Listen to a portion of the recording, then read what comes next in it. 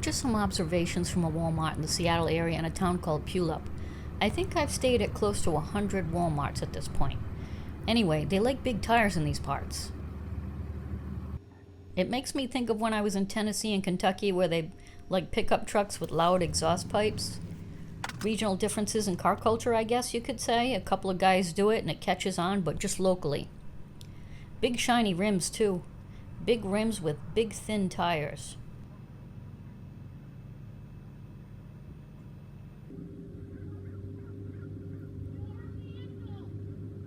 I actually see very little drama in Walmart parking lots, but here's a fight going on. I can't hear what she's upset about. Maybe a fight over parking space. But her daughter looks uncomfortable with it, so mom should just chill out and let it go for her daughter's sake. Weed is legal around here, lady. Get some. There's a sign up here at the Pier Walmart, probably put there by whoever owns the shopping plaza. It says the police have been given permission to arrest people for trespassing. I've seen more homeless people living in vehicles at this Walmart than anywhere else.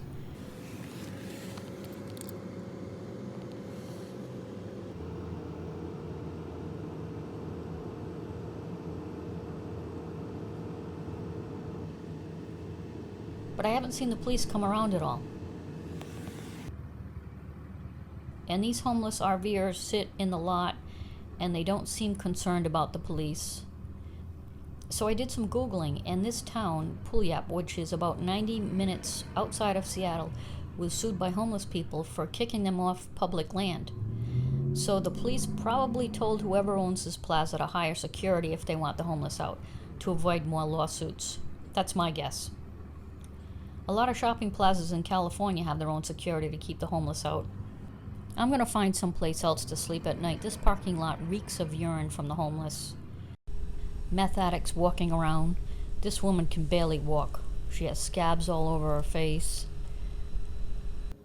And here's another one with scabs on her face. Meth makes people pick their faces for some reason. Very sad.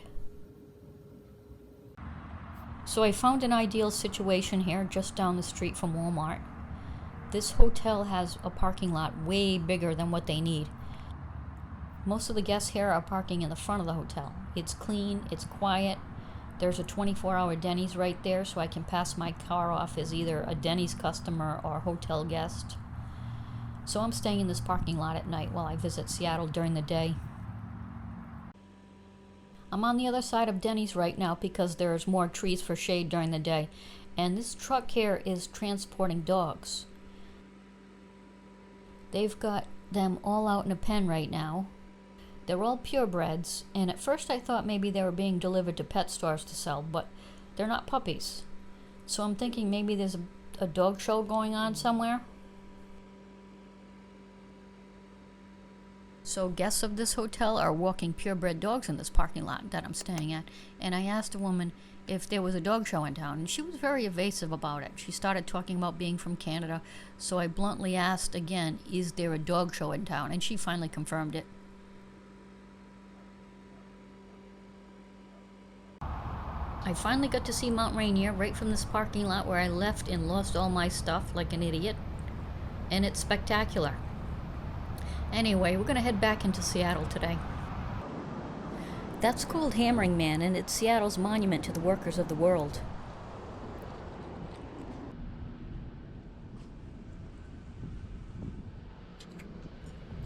Homeless man using a window as a mirror. Gotta work with what you got. That's either somebody without pants, or maybe it's a nude sculpture.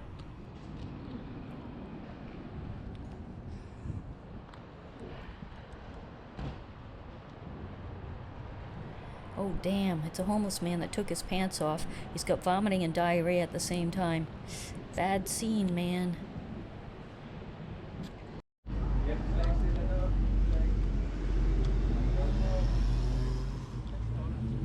A one-legged Buddhist selling bracelets. You don't see that every day.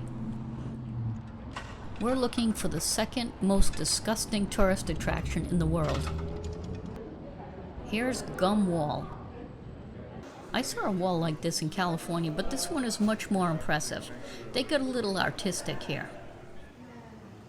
This is the second germiest tourist attraction in the world, the first one being the Blarney Stone in Ireland that everyone kisses. And it's been deemed the second most disgusting tourist attraction. The most disgusting is a monkey sanctuary where the monkeys throw their poop at the tourists. They cleaned all the gum off these walls a few years back, 2,300 pounds of it, but people kept gumming it up again, so they gave in and let it happen.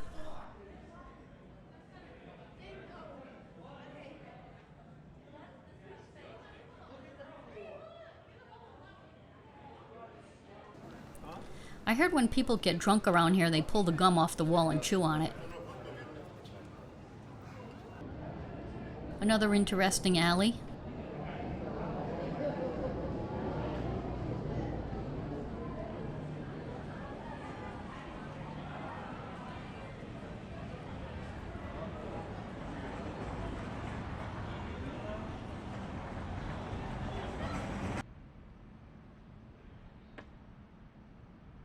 Unicorn on skates.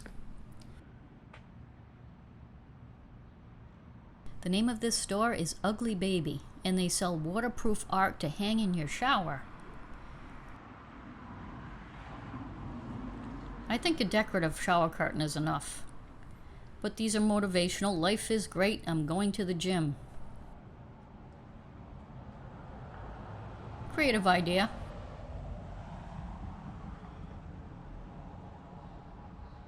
You look nice today.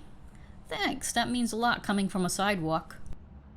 Ugh, I'm too old for this shit.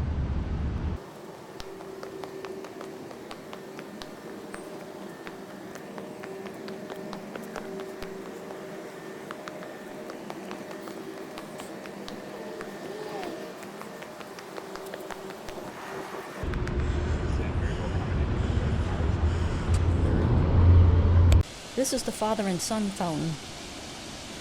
He's reaching out to his son who's in here.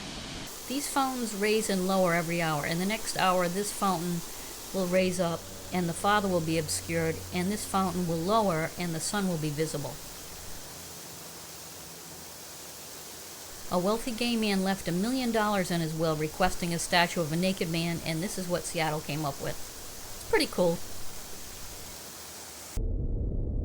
This is Pier 70, which is where a reality TV show was filmed 20 years ago.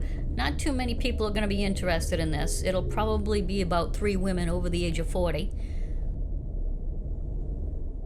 This is the true story of 7 people picked to live on a pier. The building looks a little different. It was renovated since being on MTV's Real World. I was such a fan of this particular season of the show that I waited for years for them to put the Seattle season on DVD so I could buy it. They never did, so I bought a bootleg copy that somebody recorded onto VHS tape.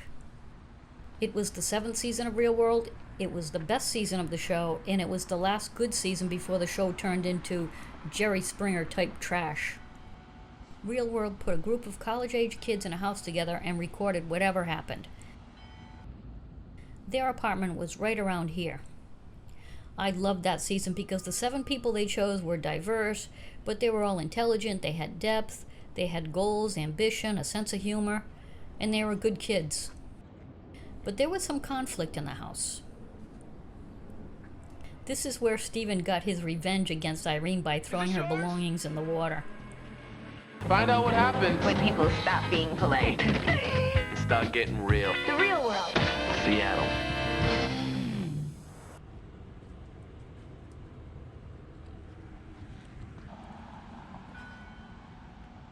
And here's where Steven slapped Irene, which was referred to as the slap heard round the world. That was big news in 1998.